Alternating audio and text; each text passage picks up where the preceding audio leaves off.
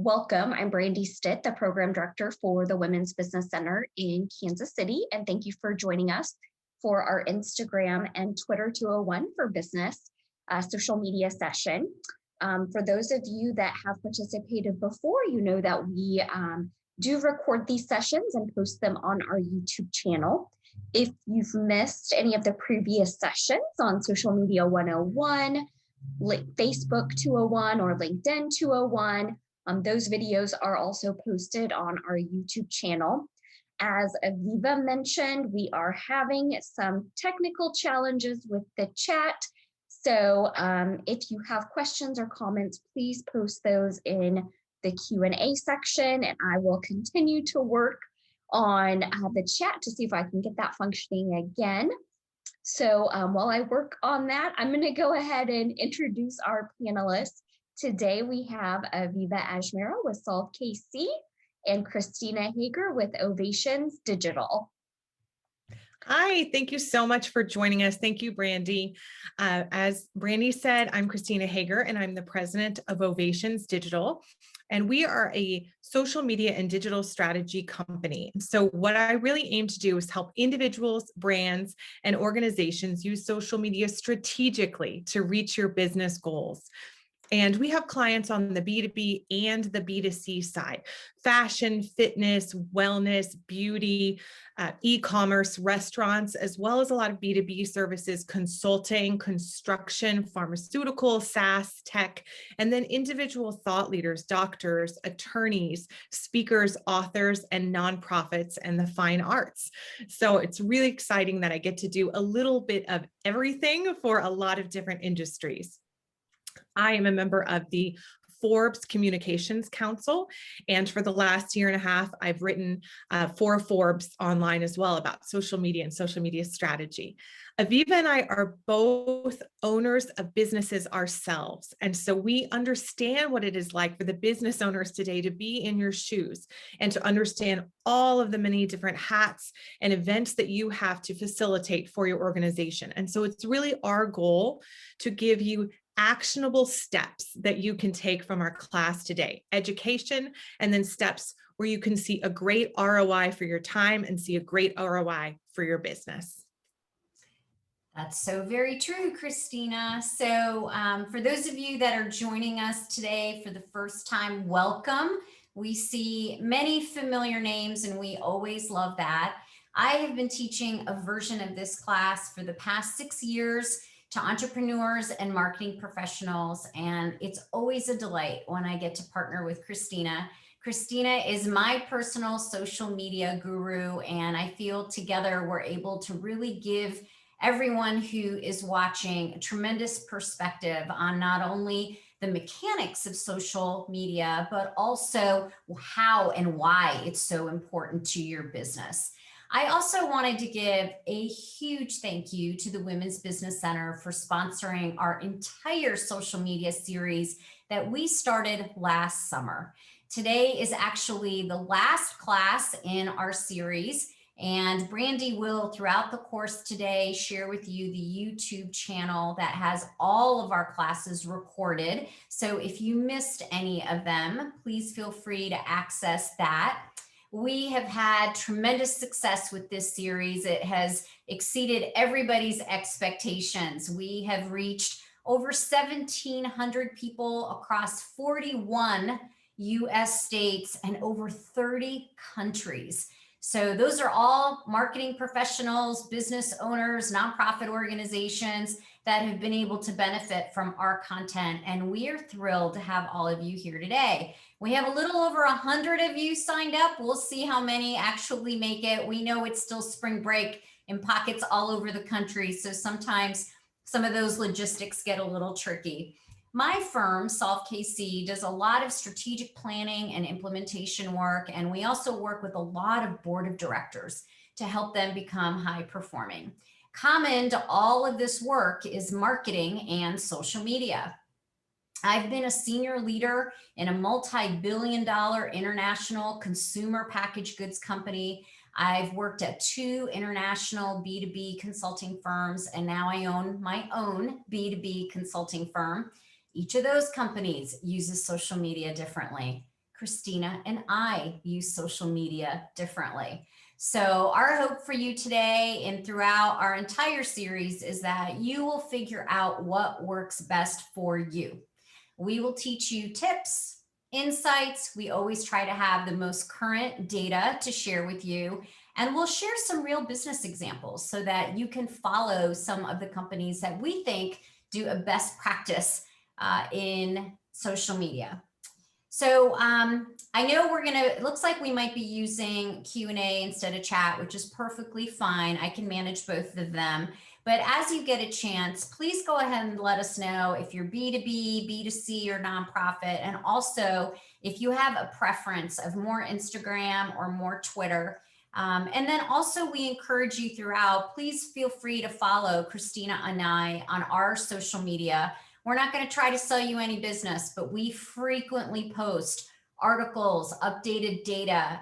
Just like Christina writes for the Forbes Council, I'm a very active contributor to the Business Leadership Trust. And I've got 2 articles, a third one that I'll soon release. It's just good content for you as business owners. So please feel free to follow us.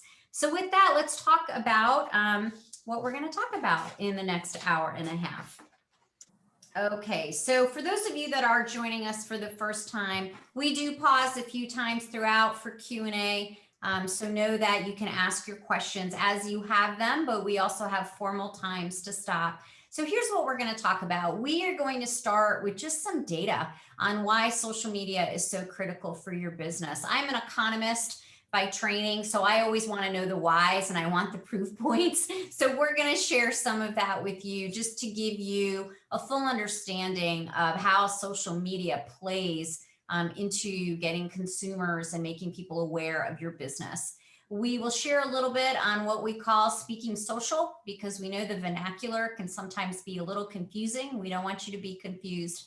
And then we're going to talk about hashtags, because hashtags are important in every platform, but they have a different role as far as how many you can use in each of the different platforms. So we will pause and talk about that.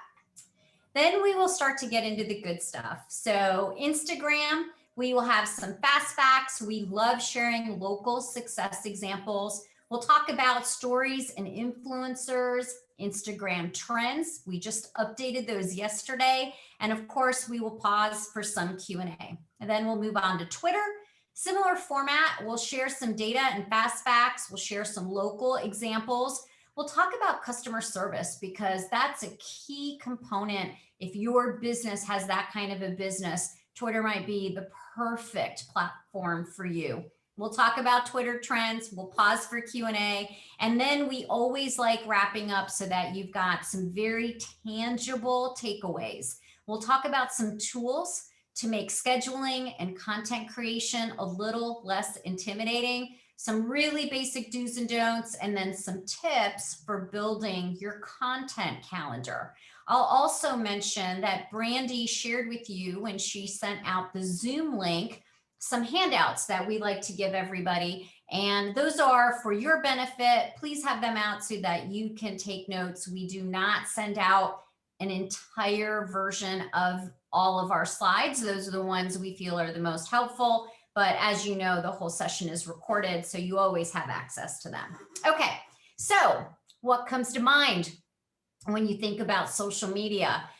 You probably relate to one of these 3 pictures. If not for every platform, then perhaps for Instagram and Twitter specifically. So I know a lot of times, I just came back from visiting my parents that are in their late 70s and early 80s. And I would say they probably relate to the first 2 really, really well.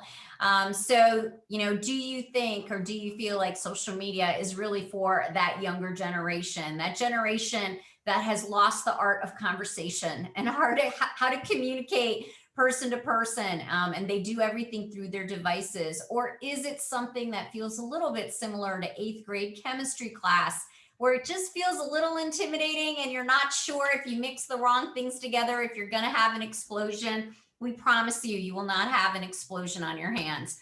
Or it could be for those of you that grew up when the Rubik's Cube was created. You know there's a solution and you know that you can crack it, but you're just not sure how to go about doing it. Well, we are going to be sharing some of those tips and insights to help you figure out how to crack it. So, one of the things, this is a brand new statistic that just came out earlier this month. And we would say, if you remember one thing today, this is what we want you to remember. 1.3 million new users joined social media every day in 2020. So breaking it down super finely, that means there are 15 new users to social media every single second. Every single second. So we guarantee you, your consumers, your customers are somewhere on social media. Another statistic that we like to share to just really kind of impress upon the importance of social media is the fact that 74% of consumers rely on social media to make buying decisions. And of that, 75% of millennials purchase decisions are influenced by brands on social media. So the very first question I usually get is, okay, remind me, who are the millennials and what age are they? Well, the millennials are also called Gen Y. They are in that age group of 23 to 38. And today they have $200 billion in spending power. But over their lifetime, they're going to have $10 trillion of spending power. Specifically for today, this is important for you to know because 90% of Instagram users are millennials and 60% of Twitter users are millennials. So if that is your target consumer, you are absolutely where you need to be for the next hour and a half. Here's another news statistic that literally just came out a couple of weeks ago. 89% of consumers buy from brands they follow on social over their competitors. And that number is actually up 16% since 2020. So we want you to have the advantage over your competitors because you know how to use social media and you know which platforms are best for your business. Absolutely, Aviva. And there's a reason why you are here today, and that's to understand what's going on in Instagram and Twitter today, and how can you apply that to your business. And so I think one difficult thing sometimes for business owners and even for marketers is to understand what are the social media trends that we hear about, that we read about on the news, that we see in headlines, and how do you actually apply them to your business? Are they appropriate? Are they not? What do they mean?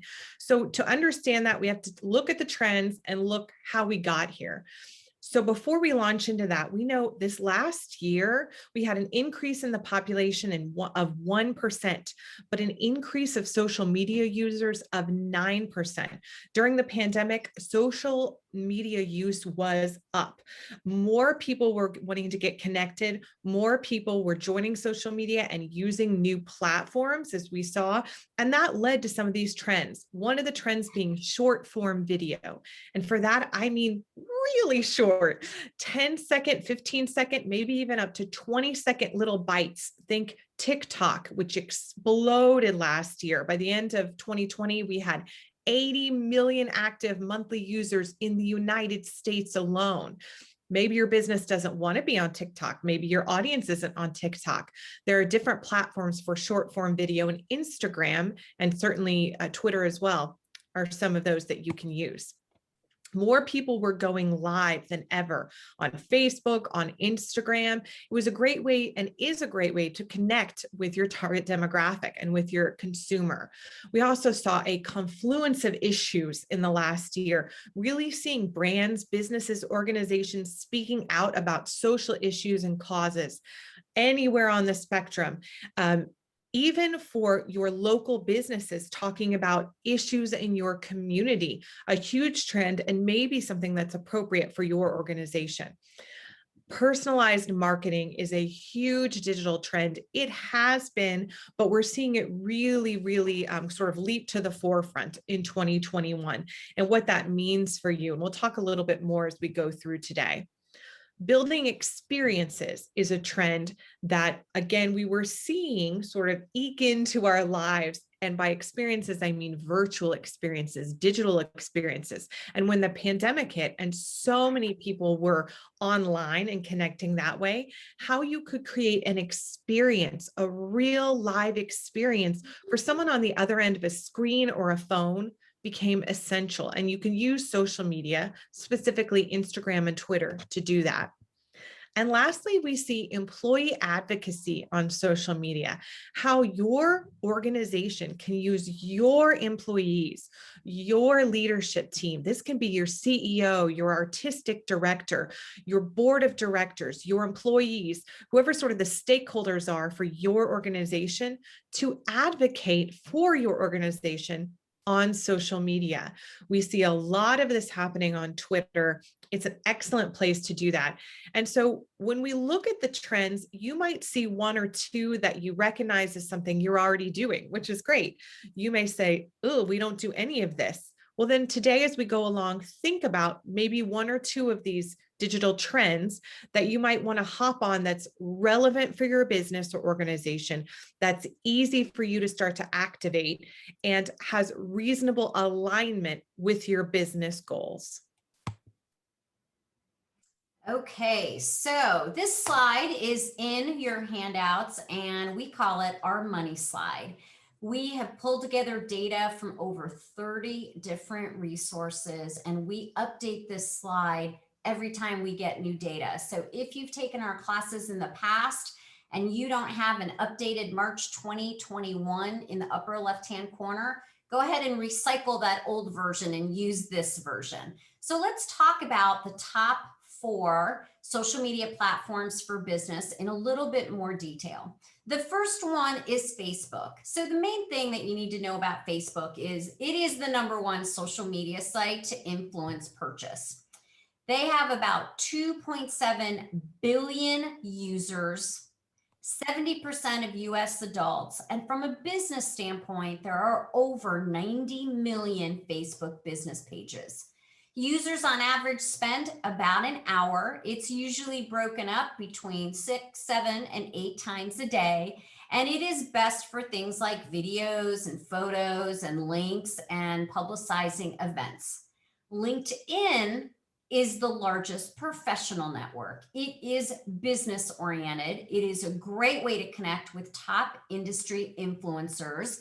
LinkedIn currently has 772 million users, and that number has gone up 100 million since 2020. There are 40 million business pages, and it does skew a little bit older and a little bit higher in income. So almost 80% are over the age of 35, 90 million senior level influencers, and 64 million decision makers, which really, if you think about it, it all makes sense because it's a professional network. LinkedIn just added stories in the 4th quarter of 2020. So just like we see in a lot of the other social media platforms, LinkedIn is trying to figure out how to make stories work for them. It's best for networking. It's also ideal for reinforcing your brand and building professional credibility. If you have a B2B, so a business to business business, you should be on LinkedIn. So now let's talk about the 2 platforms that are our focus for today. Instagram, it is the 2nd most popular social platform. It is a site that is structured around pictures and 60-second videos. 1 billion users, 90% are less than age 35. So the flip of LinkedIn.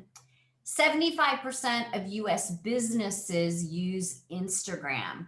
That's a huge number. It actually really surprised me. Instagram is all about hashtags. I mean, if you love hashtags, Instagram is the perfect platform for you. Users on average spend, again, almost an hour. And just like Facebook, they break it up a whole bunch of times throughout the day. It is ideal on mobile devices, and it is the platform for you to really showcase photos, videos, and stories. if you have a business that is image friendly, and by that we mean retail, art, entertainment, travel, real estate, Instagram is ideal for you. Twitter is the second most recognized social platform. It does limit your posts to 280 characters, but it is ideal for conversation and customer questions. Twitter has 600 million users. And if you look at the demographics, again, you can see that it skews a little bit younger. So 64% are between the ages of 18 and 49. Twitter is where hashtags started, and 67% of businesses are on Twitter. It's ideal for news, for real-time customer engagement, and of course, photos, videos, and links. Thank you, Aviva. So as we talk about Instagram and Twitter specifically, we need to make sure that we're all speaking the same language, that we're speaking social, so that when we talk about these terms and how to measure results in social media, you know what those are and kind of where you can find them in the channels. So users, this refers to people who are using the particular platform or channel. They're using Instagram or Twitter. Likes is anyone who hits the heart button. And the feed, that's when you open up Twitter or Instagram on your phone or even on your desktop, and it's that rolling list of content on your channel. In Instagram, it'll look like videos or pictures or GIFs. And on Twitter, it can be just words, pictures, videos, memes. So it can be visual or only words. When someone retweets you, engagement refers to people engaging with your content. And that really means sharing it, liking it, giving it a heart, commenting on it, also sending you a DM about it, engaging with you in some way, not just looking at it and scrolling on by. A retweet, there's a little retweet button on Twitter, and that's how someone can take your post and essentially just share it right onto their page. The handle refers to your unique name. It's always has the @sign. Mine is Christina M. Hager, and it's your unique name. And there's an @sign either on Twitter or on Instagram. And consequently, that's how you tag someone so they see something show up on their feed, is by using the @ followed by whatever their name is. And if you want to send, I mentioned DM, that's a direct message, and it's a private message. Social media is there for the world to see. And if you want to have a private message with one of your customers, clients, or even friends on social media, you can use a direct message on either one of these platforms. Also hashtags, and we'll talk a little bit more about this, but essentially hashtags just collects content in whatever channel you're in that could be a theme, a day of the week, an event, a movement, basically anything that is a # followed by a group of words. And basically your hashtags serve as a search engine. And so they're what really groups your content together on that channel.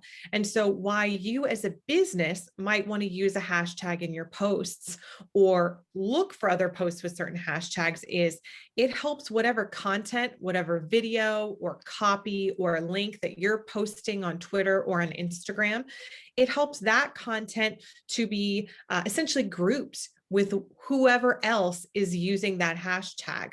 And so it can be very specific, hashtag environmentally sourced clothing. And it can be broader, hashtag B2B, hashtag shop local.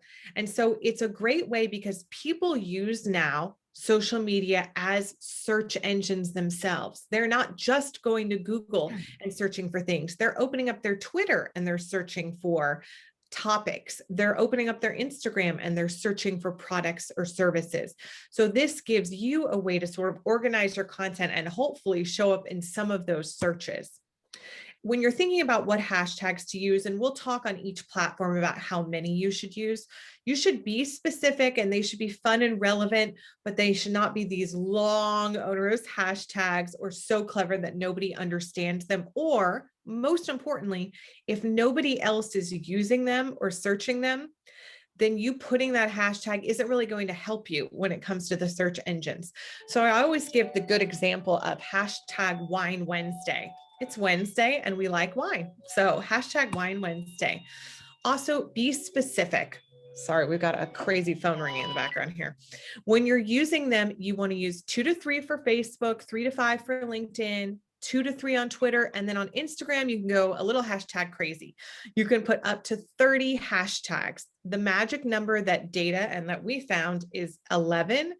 But I say if you're doing, you're trying for a lot of discoverability, meaning you're a new business or you really have never tried hashtags before, go a little crazy and try and see if you can put 20 relevant hashtags for your Instagram.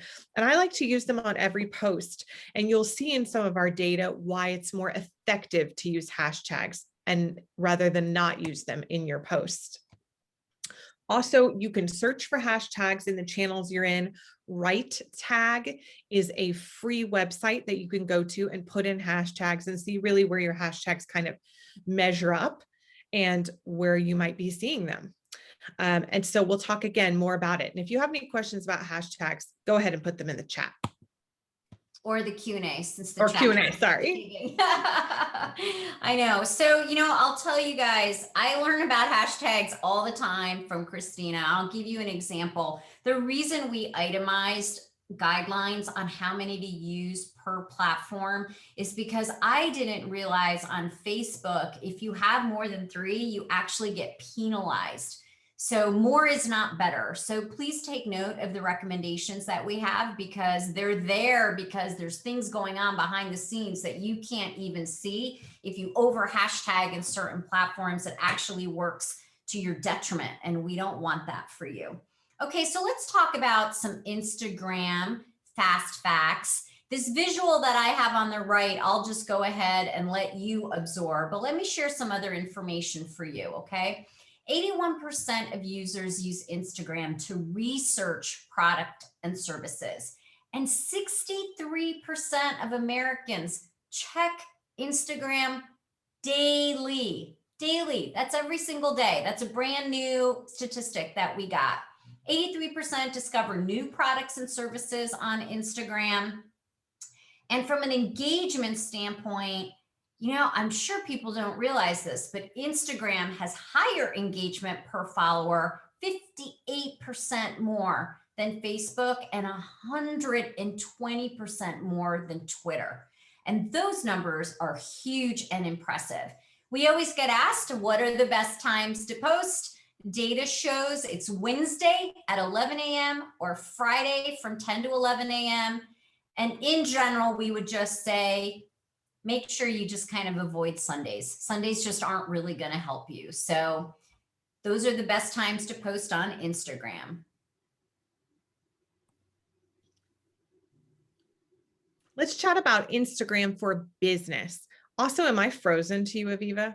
Yeah, you are frozen, and well, it's a really fun picture too. As long as you all can hear me, just know that this is my excited face about Instagram. Today is not my computer day. So just know that 60% of the world's top brands use Instagram. And we pulled in case you were curious, the top Instagram profiles by number of followers. And so you can see, and you'll see that it's largely celebrities, but there are some businesses in here, and the businesses in this list are really excellent. So if you're wondering what a business might say on Instagram, definitely go check out these businesses. They're great. And here's why your business should be on Instagram, because 90% of individuals follow at least one brand, and 81% of those people use Instagram to research products and services. They're actually using Instagram again as a search engine tool. And so Instagram can really be a great place where you can have some discoverability for your business. And we always like to give these fun facts. And Instagram came from Instant Camera and Telegram. Pretty cute, very thoughtful branding. So let's talk about why you want an Instagram business account. So it's different to have a business account versus just a regular personal profile. If you came to our Facebook class, or if you have a Facebook business page, a lot of these things are consistent for an Instagram business account and a Facebook business page. First of all, it's free, which is great. Also, it gives you a way that you can link to your website and to have access to analytics and information about your followers. So if you have a business or a service, you need a business page, and it's just really clicking like 2 or 3 boxes. It's not a hard thing to do. So what are we going to do to make your business Instagram account successful? We need to post regularly and at key times. Aviva gave you some of those key times.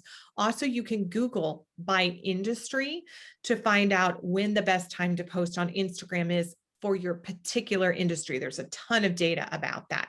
We talked about using hashtags. If you have a product that you can shop for, Instagram now has shoppable posts, and I'll talk a little bit later in the trends section about that. One great thing for businesses and a great way to get followers, increase engagement, is to run giveaways, run promotions. I always say caveat, follow the rules and guidelines that Instagram has set out, because you don't want to get in trouble or get flagged for your promotion or giveaway. And you want to engage with your followers. And what we mean is you don't need to just post and then leave. You should post, make sure if people are commenting, you're commenting back, and also comment, share, heart other people's posts. That's what really means to engage with your followers. And across social media in general, that's a huge rule and trick of the trade that you should be doing. Lastly, a bit of success that we would suggest for your business page is to utilize what I call the 5x5 methodology. If you are already using Instagram, you have noted that when you follow an account, Instagram will give you a suggestion of other accounts that you should be following. Well, how can you make your business be one of those that pops to the top of the algorithm for other people to follow? And here's how to do that. There is an entire algorithm that is set around who sees what on Instagram, and how you can help have your business seen is find 5 accounts that you want to be associated with. These might be services that are similar to yours. These might be complementary services. These might be business pages of local businesses that make sense for you to have an association with. And on each of those 5 accounts, you are going to put 5 different comments. So it on, find 5 posts and post 1 comment on each of them. So altogether 25 comments. This will start to get you in the mix of the algorithm so that now you and your account is being associated with those. Super cool, super way to do it. You will not hear this in a lot of other classes. It's essential that you do this type of engagement. And also we'll talk about Instagram stories, but that can be great for business. And we picked these 3 businesses really because although they're big brands, they are excellent representations of what you should be doing on social media. Nike does an awesome job of showcasing things, not just driving people to buy their stuff, which is a hard thing as a business, because at the end of the day, that's what you want people to do. You want them to buy your services. But Nike does a really good job of driving you to various places on the homepage and really sort of embrace the culture of Nike and buy into all of that. Oreo has actually been named a top Instagram account that entrepreneurs should look at. They have an awesome use of color that you normally get 50,000 likes per pic. And Oreo does an incredible job of that short form content I was talking about, that 10 to 15 second content that if you're kind of wondering what that would look like, they do a great job. And FedEx, they use what's called user generated content. This is a great thing for you to think about. And that's basically content created by your followers that then you are sharing. And so a lot of their drivers just take pictures while they're out and about doing their thing, which is really cool. And then they share that content. So brilliant. I would suggest following all 3. So before we go to local success examples, I just wanted to reinforce for everyone the 5x5 methodology. That is like a superpower tactic that Christina shared with you. One of the things that we really impress upon is if you want people to engage with your social media, which of course you do, you have to do the same. And we're going to talk about that in the wrap up. But 5x5 is like a stellar insight for you. Okay, so let's talk a little bit about some local success examples. So we've talked before about how beautiful imagery is absolutely key with Instagram. It is what Instagram is all about. So a few other things for you to keep in mind. So when you are creating your posts, whenever you can have user generated posts, so that means somebody else, a customer, a client, etc., is creating a post and then tagging you, you'll always get more engagement. It's like a personal endorsement. Also, a photo and a location will get you almost 80% more engagement. Another tip, to use another handle. So in other words, at something else gains 50% more engagement. And at least one hashtag, and remember the magic number is 11 for Instagram, gets you almost 13%. Now, let's get into some fancy stuff. Video. And I know a lot of us are a little tentative about video, but video gets you 38% more engagement. Photos generate 36% more than video. No surprise, it's a little bit easier. And this one's always kind of funny, but photos with a face, so not just photo of a thing, but photo of a person will get you 38% more likes. And then this data, literally, we just found, I think this week, was that the whole link in bio tool, it increases your Instagram referral traffic by 10 to 15%. So if you don't know how to use that, look into it. I'm sure you've seen many, many times on Instagram, people will post link in bio, and that's how you get a lot more information. Okay, so I wanted to share two examples with you of two local entrepreneurs that we think do an incredible job on Instagram. One of them is Lauren Lane. I've known Lauren for over 25 years. She worked at Hallmark with me for many, many, many years, and she's completely reinvented herself as a culinarian.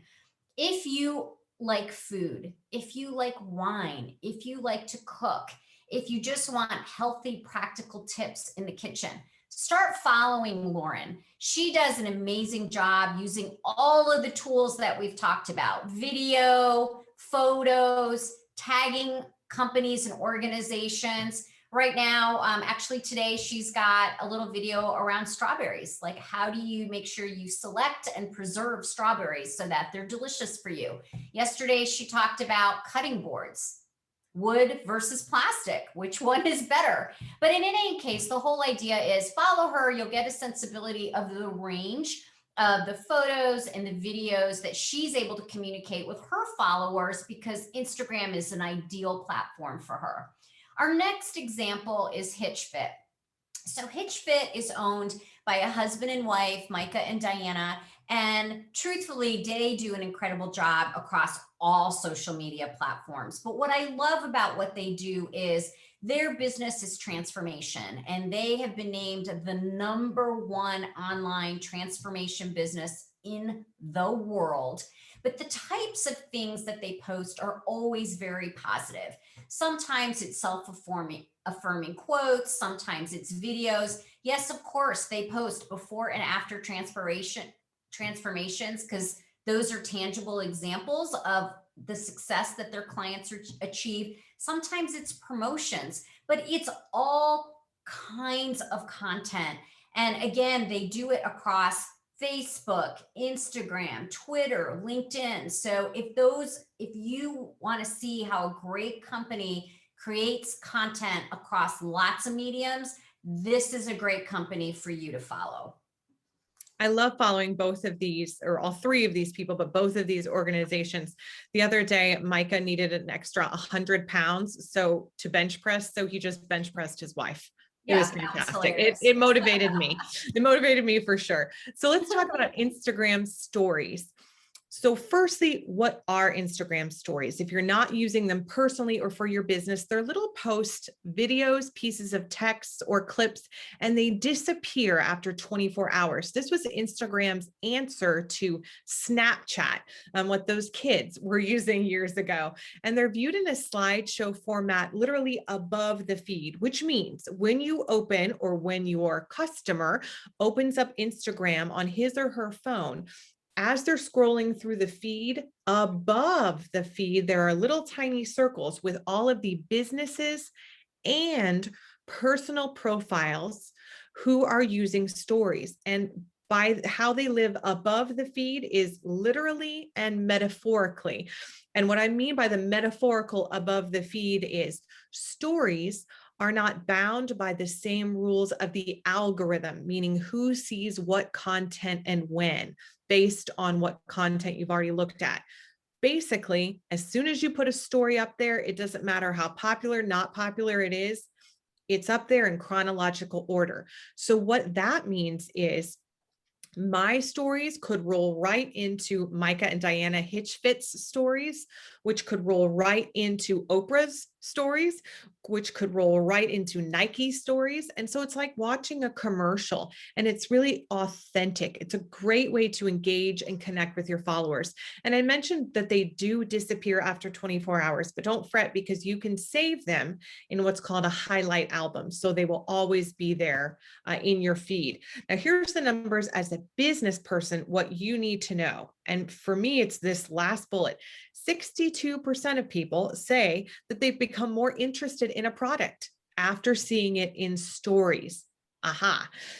Most people are really interested in stories, and it's authentic and a great way to communicate with people. You can make the most of your stories because they don't need to have the same level of formal branding. They're a very much more casual, authentic feel to them. So you can get a little creative. You can use effects, music, stickers, tag people, use hashtags in them, write the copy. And a lot of people watch Instagram stories with the sound on, whereas when they look at their feed, the sound is off. So stories are an ideal place to put those videos that you want to share for your brand. Now, if you went to our Facebook class a few weeks ago, you know that Facebook owns Instagram. And so the relationship is very synchronous. And if you already have a professional or a business page on Facebook, adding one on Instagram can be a no-brainer, because you can share information sort of back and forth and use Facebook Suite to really manage all of it, your messages, your analytics, which means who is looking at what and when and for how long. Plus, if you post a message, or post a piece of content on Instagram, with just a flick of a button, you can share it automatically to your Facebook. And if you post a story on Instagram, just a little swipe, you can share it automatically to your Facebook stories. And Facebook prioritizes content that has come over from Instagram over non-Instagram content. So that means the likelihood of more people seeing your content on Facebook after you've posted it already to Instagram is higher. We always want more people to be able to see what you're posting. You can build your Instagram ads and your Facebook ads at the same time. And it really just gives you two opportunities to reach your target demographic. Your demographic might look a little differently on both channels, and that's okay. You can build everything on the Facebook side and sort of handle it all there, where it's really nice and easy to see. And also sharing, as I said, your Instagram stories onto Facebook stories saves you time and effort, and it gets you more engagement. So we always get to the influencer section, and people want to know, just what is an Instagram influencer? An influencer is anyone who has the power to affect purchasing decisions because of who they are, what they know, what they do, or their relationship with an audience. And there are influencers on every single channel. Someone might be an influencer across everything: Instagram, YouTube, Twitter, everything. They might just be an influencer on Instagram. So it's nice to know sort of who your influencers are. So we always have these brunette beauties because people usually have some good recognition of these. The Kardashian-Jenner clan, huge influencers. I think 3 of the girls are in the number 10 spots on Instagram, or at least the top 20 spots, because of their number of followers and posts. So you can have what we call a mega influencer, huge number of followers. You can have influencers who are bloggers, and that's their influential network, is sharing their blogs. You might have podcasters or YouTubers. We have celebrities, and then we have these key opinion leaders. people that own companies, CEOs, people in health and wellness, and then your local voices, your local influencers, and actually the people of HitchFit might be local influencers. And so you might be able to find a local influencer in your market to work with. And so if you're going to start to use influencers, and I would suggest starting with a micro influencer, someone with 50,000 followers or less. And why you would want to use an influencer is basically to expand your reach. If an influencer, a key opinion leader, a blogger, someone in your, real niche area wants to talk about your product, your service, your business, you are going to have more eyes on your business and more opportunity. So this is really sort of where PR and social media really intersect when it comes to influencers. Okay, so we have a couple of questions that we get asked. Actually, it looks like we've got 3 that we get asked a lot, but I love it when y'all put in questions into the chat and Q&A. It looks like the chat is working again. Let us first go ahead and answer these 3 questions, and then I'm going to take questions from our class today. So how do I know if I should share something in a story or a post? So it's important to remember that a story will disappear after 24 hours and a post is on your feed forever. So really think about first, what is the content? What is the purpose? If it's something like a sale or a discount that's going to be over in a day or 2, I wouldn't waste a post on that necessarily. That might be better for a story. If it's something where you really want people to engage with you, to get a large conversation going, multiple people sharing it and tagging and things, think about, do you want to post with a ton of engagement, or do you really want someone to answer a question like in a story? And think about is your end goal from that piece of content? Is it to generate awareness and discoverability? If so, you might want to load it up with hashtags, and it might be great in a post. You might want to use stories as a way to engage and use those. There's a question option where you can literally put a box in a story where someone can answer a question. And just know that the way your end user uses Instagram, they are more likely to engage with you in stories. If you're going to run something like a giveaway or a contest, definitely put that as a post, because there's most likely going to be a lot of rules around it.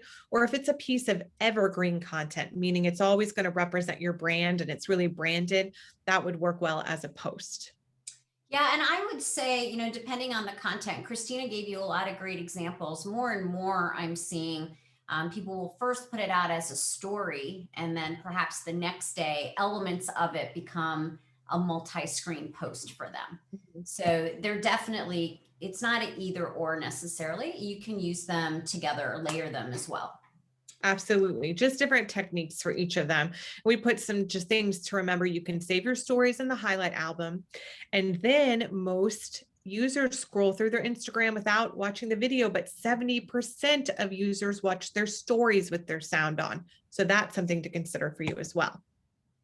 Okay, so then a very natural next question is, how do I know if a personal or business Instagram account is better for my business? All right, our answer is always the same for whatever the channel is. Yep. Are you providing a service? Are you a business? Then you need a business account. If you have a list of things to shop for, get a business account. And if you have a Facebook business page, get a business account. A lot of times solopreneurs or artists, they think, well, maybe I don't need a business account. You are a business. And a good example here is local Kansas City artist, Jenny Meyer McCall. She paints beautiful paintings. I had one commissioned for her. I need to just hang it here since I talk about her so much. She is just one person and an artist, but you'll see she has a business page. Why? If you look at it right here, look, it gives you the ability to contact her with some information. It gives you the ability to shop right then and there. You can buy a gift card. She also has shoppable posts, so that you can actually go from a post to her website. So it's really smart that even if you're just one individual, if you are selling something, you need a business Instagram account. Also, you get all of these analytics, ads, the ability to schedule your posts in a different way when you have a business account. And it's free. And it's free. It's free. Okay. And then we always like sharing trends with everybody because it feels like social media changes so quickly. We don't ever want folks to feel like, A, first of all, you have to follow every single trend, or B, because there's new things, you shouldn't learn the basics because some of the new stuff might not be relevant for you. So Christina, share with us a little bit about the current Instagram trends for business. I actually really love the Instagram trends going on right now. So there is a newer feature called Reels. So Reels are different than stories. Reels are video only. They have all of these features like music and the ability to create them. And really, they were created to squash the TikTok competition. And so if your business is already on Instagram and you're thinking, maybe I need to get on TikTok, maybe not, you're nervous about TikTok, play around with Reels first. Reels show up in a different tab, an Explore tab, as well as you have the option to share your Reels or other people's Reels to your stories. So there's some different ways that people can find you. You can go live. If you've ever gone live on Facebook or seen people go live, you can also go live on Instagram, and 1 million people go live a day, or there are 1 million go lives a day. I also mentioned Instagram shops. So if you have a product or service that someone can buy from your website, it is essential that you operate something called Instagram shops. You can also do this in Facebook, by the way. It gives you the option not just to tag products, that's part of it, so that if you, let's say you sell really cool sneakers, you give people the ability to click on that picture of a sneaker and it actually takes them to that exact sneaker listing on your website to buy it. Super cool. Instagram shops takes one step out of the equation. It actually lets your consumer buy that sneaker inside of Instagram. More and more people are using Instagram to shop. So if you can keep them in the platform to shop, especially if you're like an impulse purchase, amazing. And then don't forget that Instagram and Facebook, oh, they're true love. Facebook owns Instagram, so it's always going to prioritize Instagram content coming over. And it also gives you a great place to sort of look at all of your ads, analytics messages right in one place. And that's the Facebook Business Suite. Okay, so just to build on that, we actually do have a question regarding Facebook and Instagram. So if you share something from Facebook to Instagram, does it get the same lift on Instagram? The ability to go from Facebook to Instagram, there is no ability to go from Facebook to Instagram. You can only go from Instagram to Facebook. So it's a one-way love, I guess, unfortunately. Yeah, one way, but I think you said it gets prioritized in the algorithm, right? Yes, the Instagram content that goes onto Facebook gets prioritized. Okay. And then there was a question around hashtags in stories. So do you use hashtags in stories or only in a post? So this is a little tricky. Lean in because I'm going to tell you a trick. You should use them in both, and you should use them strategically. And so in a post, you can use up to 30. Everyone can see the hashtags that you're using. So just know that if you put them in a post, everyone is going to see what hashtags you are using. However, there is a way to bury hashtags in an Instagram story where people can't see it. So let's say you're posting a picture of your printer cartridges, because that's what you sell, against a white wall. If you use the text option and you choose white text, you can actually write hashtags. As I think you can do, as many as you want when you're using that text function, I think up to 20 or something. And you can put them in your story so that nobody sees them, but they're still searchable, and they're building your SEO, search engine optimizations. So there may be hashtags or times you don't want your end users or customers seeing all of the hashtags that you're using, or you just don't want to have your stories be cluttered with 20 hashtags because that can look messy and it's not interesting and it looks a little salesy. And that's something that I've been doing for a client for the last 6 months. And we've actually seen them increase in the Google ranking because of burying those hashtags. That's a really cool trick. Yeah, I know sometimes I will comment to Christina that people try to cram so much into a story with super itty bitty font, and my old eyes, even with my glasses, can't see it. And I asked her, I go, why do people do that? Do they not know people can't see all of this stuff? So something for you to think about as you're designing your story. You do still want it to be legible and readable. Okay, so we've got a question around the Instagram business page. So if we have an Instagram business page, can there be more than one admin on it? Yes, you can put on any particular phone, can have 5 different Instagram accounts on it. And so I believe everyone has to go in through the same sign-in information, but they can toggle between accounts. So it cannot be Aviva at Women's Business Center has a login and Christina at Women's Business Center each have a login. It is Instagram at Women's Business Center, and we both have to log in via that one email information. However, you can use a scheduling tool, something like Hootsuite. We'll talk about this later, and you can give access to multiple people that way. Or, as I said, you can have multiple accounts on your phone. So if people choose to work that way, let's say you have 2 people on your marketing team, they can each have your business on their phone along with their personal Instagram or their business as well. Yeah, it gets a little layered.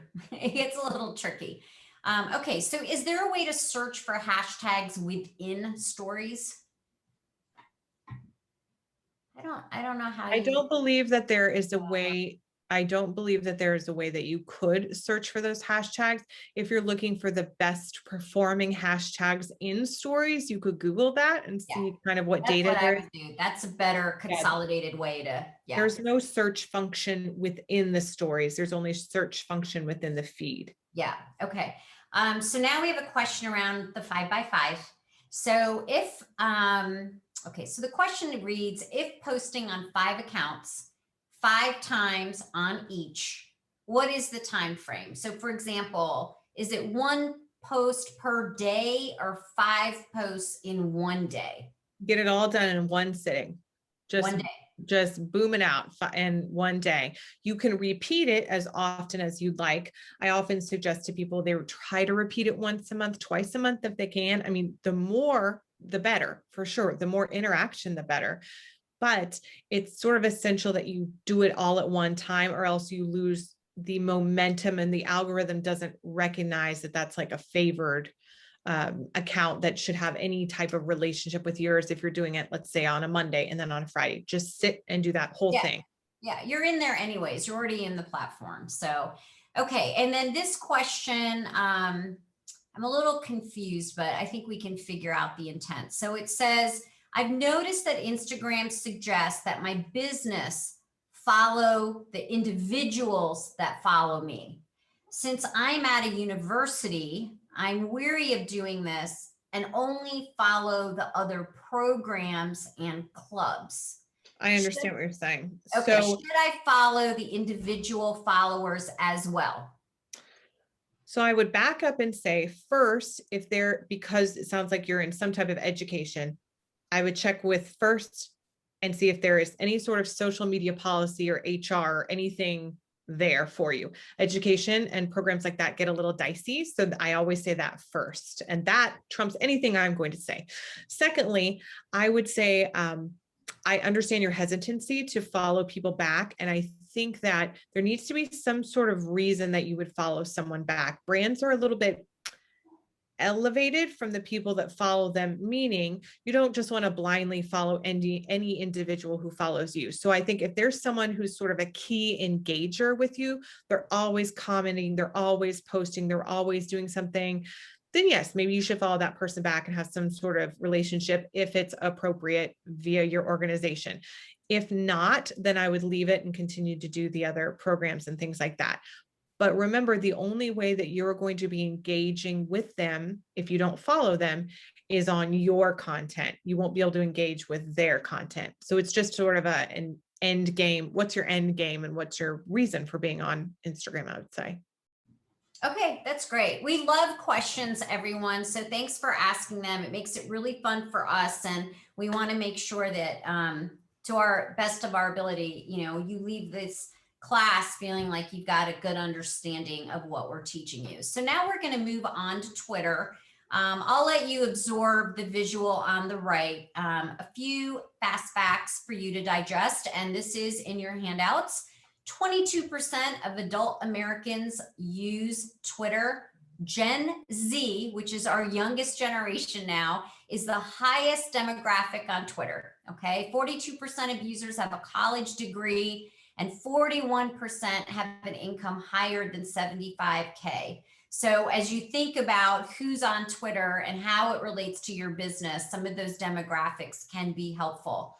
I love this next bullet, which is 12% of the general population gets their news on Twitter, but over 75% of Twitter's users get their news from Twitter. Okay. Video, number 3 reason why people use Twitter. Lifespan of a tweet is only 7 minutes. And because of that, brands usually post, don't freak out, 3 to 30 times a day. Twitter's a commitment. All right, what are the best times to post?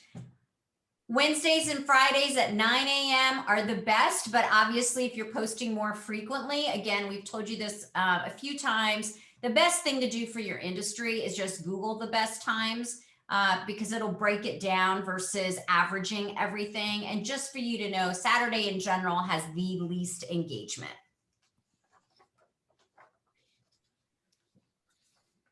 All right, so the average person follows 5 businesses on Twitter, and 80% of all Twitter users actually mention a brand or a business in a tweet. 60% of a brand's followers will purchase or recommend a product to a friend. So if you have a business or service, being on Twitter is actually great for you and what people are doing. So if you're thinking about getting started on Twitter, you don't have to build a special account for your business, meaning there is no difference between a personal account and a business account like there is on Instagram or on Facebook. Twitter is sort of the great equalizer. Everyone's the same. So you need to build a profile that stands out. I would suggest a branded hashtag, and you need to tweet a lot, and you need to tweet using some best practices. So Aviva and I are both friends of the Kansas City Ballet. They've been doing this amazing virtual series. We'll give them a plug. Go look at the KC Ballet. They did a great job because they had a stunning visual in this tweet. They tagged someone else, the location in which this video and this dance was filmed. Then they gave some good hashtags, and then they gave the link where you could watch. So lots of good information in that tweet.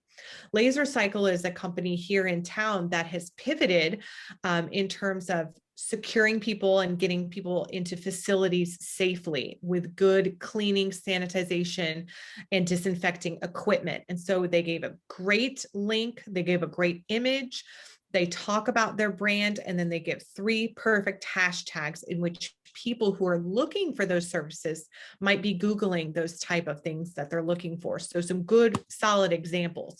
So what else do you need to do if you're using Twitter? Use your hashtags. Tweets with hashtags get 100% more engagement, and those with images get 89% likes or hearts. And videos, tweets with videos get 10 times the engagement, 6 times the chance of being retweeted. And so again, our friends at KC SourceLink, they did a great job with optimizing their profile here. They give you all the information that they need in a good profile, and that they're giving you a really good tweet as well to go with it. One key thing that we're seeing is that Twitter is being used a lot for customer service. People no longer want to look up your number, email you, call you, go in person. They want attention right then and there. And they realize they can take to Twitter and do it in a very forward-facing way because they get the attention faster. So when a business responds to a customer's tweet, that customer loves it. They're willing to spend 3 to 20% more on future purchases, 44% more likely to share their experience with others, and 30% more likely to recommend the business. So if you are going to use Twitter for customer service, number one, you have to be on there and seeing when people are tagging you, because customers expect results in 24 hours or less. They get a little touchy if they don't get that, because Twitter is a fast moving format. That's why they've come to Twitter. They want to get an answer and fast. You want to be very conversational, but professional. I always like it when businesses sign their tweets with personal initials, because at the end of the day, even if you are representing the Kansas City Chiefs, like we have here, there's a person who is sending those tweets. And if you're engaging with someone in customer service, it sort of ups the trust factor if you put initials or Christina H behind that. Also, ask customers to use that DM feature. They can quickly take a picture of an issue or write an email in the DM feature. And then it's also just between the two of you. You've taken it off that public-facing Twitter profile. So what are these Twitter trends? So much going on in Twitter right now, and it's important for you to know what that is. So social causes has just exploded over Twitter. We had Nike's election, You Can't Stop Our Voices. Nike is very, very socially conscious on all of social media, but especially Twitter. We have Patagonia. They are all about saving the world and the environment. And so that their brand and their ethos and mission and vision is very much so a brand that wants to get the people out that aren't going to vote to keep the environment at the forefront. And also there are a lot of local brands that are tweeting about their social causes. It might be anything from a 5K or a breast cancer run to building money for a local playground or a local school. So we're seeing a lot of that right now on Twitter. And you have to know that, because if you're going to engage in any of that, you should know the trending hashtags, and you should also make a line in the sand in which if your organization is going to step into the fray or not. We've also seen a lot of new features. So Twitter has launched a bunch of things in the last year, or will be launching a bunch of things. So they just started Fleets, which is their word for stories, Twitter stories. They live above the feed, just like Instagram stories, and they're super fast. They disappear in 24 hours. They're short form content. They've also launched something called Spaces. And Spaces is where you can come together and sort of have community like Clubhouse. You can join a space and it's more than one account talking, and it's an audio platform like Clubhouse. They just announced on their Twitter Analyst Day last month, or maybe actually I think it was earlier this month in March, communities. So they're going to be launching something like Facebook groups in which you can enter a community with your niche topic or interest. It's still unclear if Twitter itself will create these groups, or if end users like Aviva and I will create these groups. I'm pretty sure it's going to be the latter. This is interesting because your service may want to cater to some of those groups. So it's important to know that they're going to be out there. Twitter has also announced in the same meeting, they're going to have super followers. So we've seen some of this happen on YouTube already, but basically, there will be certain accounts that will be able to charge Twitter users for access to their premium content. We're not sure what that's going to look like. It might be more tweets that not everybody can see. It might be like a newsletter or an email list. It might be some different creator type content, but that's sort of on the horizon. So just know that that's coming into existence. And then in the last year, specifically in the last 3 months, Twitter has really upped their civic integrity policy. Warning for tweets with misinformation. A lot of this started around COVID, honestly, and then carried on through the election. They suspended a ton of accounts. They kicked people off. They're now prompting you to read an article before retweeting it. They're asking people to do that. And I think it's important for you to know, because one of the worst things that you can do as a business or as a leader on Twitter is pushing out content with misinformation. It's not good in general. Plus, you will get penalized for it, possibly as suspended. So you want to make sure that when you're finding curated content, this means content you didn't create or your business didn't create, but from other places in the internet, that you really read it and look at it and make sure that it's real information and not misinformation. Super important in 2021 in general.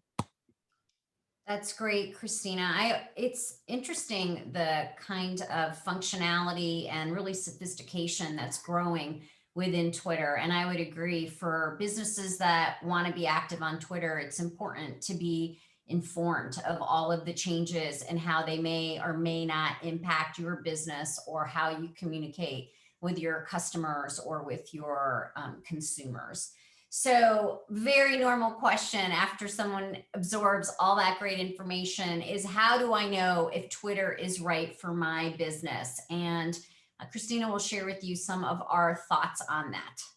So we always start obviously with, is your target demographic on Twitter? And are you able to engage them? Are you able to have daily interaction with them in real time, not just scheduling your tweets and forgetting it? Twitter is a real numbers game. And so you have to be in for the commitment to do that if that's right for you. Also, you have to be able to engage your followers in a meaningful way. And so we put this tweet from Canva, who actually Canva is an excellent example of a professional, services account that you could follow. So we might remember a couple of months ago, there was that poor attorney who got on a Zoom meeting and someone had set a filter so he looked like a cat. Just God bless him that this happened to him. And so Canva hilariously said, use one of our more professional looking Zoom backgrounds, so you don't look like, a cat. And then they shared the meme. People loved that. And then you'll see that just an end user, someone like you or me, said, I get what you're saying, but this cat stuff is gold. And Canva responded back to them that same day. Looks like you're living for this meow meant too. Kind of having fun with their customers, and you'll see that they signed it. And so that's kind of a fun way that you can, share content with your audiences and with your target demographic. But that takes time. That takes someone in your team being able to do that. So that's something to consider. Also, I always think it's a good idea to look at your competition across any market, but especially Twitter, see what they're doing, seeing what they're saying. And remember, don't let Twitter become a career limiting risk. In the last year, we've seen 1 to 3 CEOs get fired because of things they said on Twitter. A tweet is forever. Even if you delete it, someone can find it. Someone has already taken a picture of it. There is a record in our National Library of Congress of that tweet. So if you're not sure how to use Twitter, or if you're not sure that there's someone on your team that can be responsible for the reins of Twitter, then maybe it's not right for your business. Yeah, and I'll just use a personal example. I don't use Twitter for my business. It's not necessary. I have a B2B consulting firm. My two primary platforms are Facebook for, I have a business page, and LinkedIn. So personal and business pages on both of those platforms. That's what's right for my business. So again, we love really being able to give you the pros and cons and contrasting, understand what demographics are on each platform, so that again you can figure out what is right for you. So we don't have any questions right now regarding Twitter, but I'm going to move into the last part of our presentation today. If you have questions, please feel free to go ahead and put them either into chat or Q&A, and if I see them pop up, I'll just pause and we'll go ahead and answer your questions. So I mentioned to you when we got started, we always want to make sure we provide you with very tangible takeaways. One of the goodnesses of social media and all of our classes is we share so much great information, and we really try to give you kind of those insights to make social media work for you. But we know it can be a little bit overwhelming. So for those of you that use QuickBooks for bookkeeping, think of some of these tools as similar, but for content creation. So the rule of thumb is you should be spending at least 6 hours a month on your social media. And I would say that's even kind of low. It feels like a low number to me. I know it feels like a low number to Christina. And that's a lot, especially if you're doing it all on your own. If you are managing every aspect of your business and your social media. So we wanted to share with you 3 apps that we think are the best when it comes to content creation. So that's Canva, which we've talked about a little bit today, WordSwag, and Pablo by Buffer. Now, when it comes to Scheduling, because throughout our series, we always talk about frequency of scheduling. Again, it can be a little bit overwhelming. So of course, you can hire somebody to do it. There are scheduling tools within the different platforms themselves, but there are also apps that can act like your social media person. So for scheduling, Hootsuite, Social Pilot, and Buffer. And then there's two more that not only schedule, but they'll also curate content for you. And those are Meet Egger and Sprout Social. I'll also just give a shout out to both Hootsuite and Sprout Social. If you don't yet follow them on LinkedIn, I would highly recommend that you do that. They published the most current data all the time. So if we're not in your office talking to you once a quarter on all the updated data, you can certainly get it from them. And they do a really nice job of explaining it. And every time I read one of their updates, I get a couple of nuggets that are super relevant for me. Okay, so now let's go into social media do's and don'ts, and this is in your handouts. Number one, and we've said this consistently from the beginning, you have to create a social media strategy that links up with your business goals. Always think about how each post will impact your brand, and always be professional. We don't want your social media activity to be a career limiting or a business limiting move. Find that right balance in all your content. Of course, have a little fun. We know that it's a business, but tell your story, make it really personable. Look at the examples that we've shared with you, not only today, but throughout our series of businesses that we think do a really great job of just being present and connecting and engaging with their followers. This is a business, so track your results, figure out what key performance indicators are important to you and your strategy. It could be the number of followers you have. It could be engagement metrics like likes, so the heart for Instagram, or shares, comments, direct messaging. It could be clicks to your website or link clicks. Figure out what's right for you.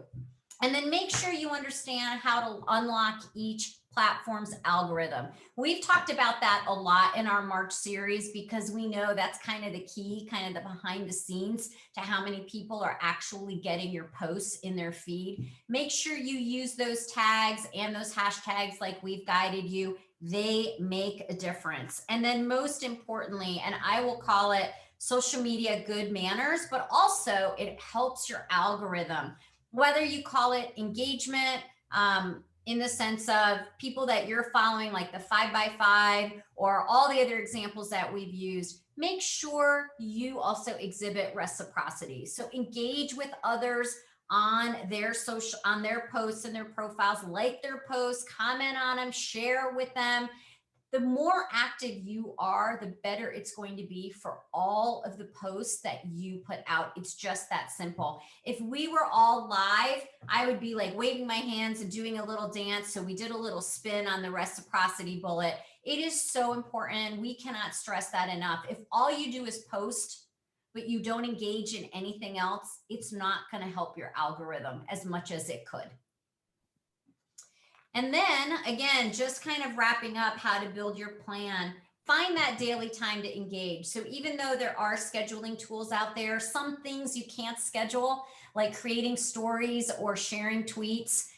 We recommend at least 30 days at a time planning your calendar, but always leave room to have some flexibility so that you can be on topic and trending.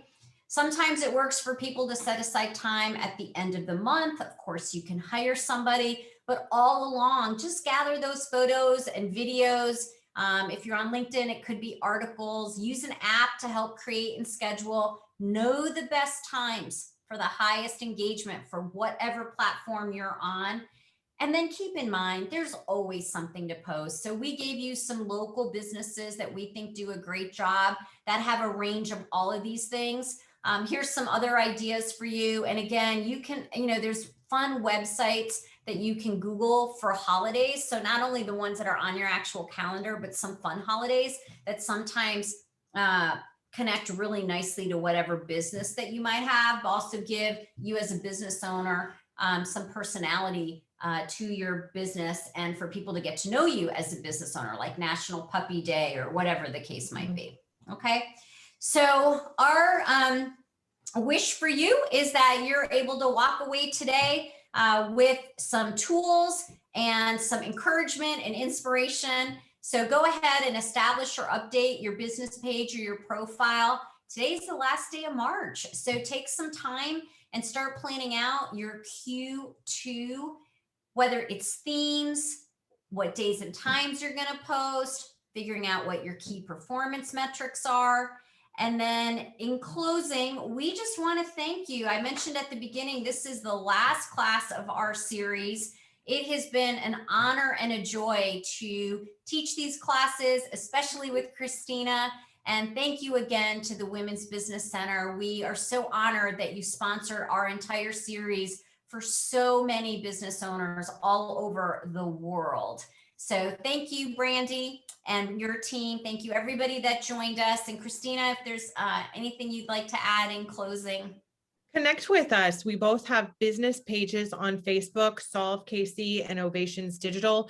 You can connect with us on LinkedIn. We've already connected with some of you on LinkedIn. And then Aviva and I are both on Instagram, and I'm on Twitter as well, both Christina M. Hager and Ovations D. So you can find us.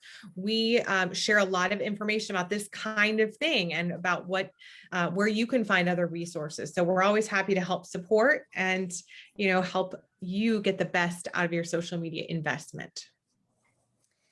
Christina and Aviva, thank you so much for all of the sessions you've done for us over the last year, last 12 months. It's crazy. It's been a crazy ride.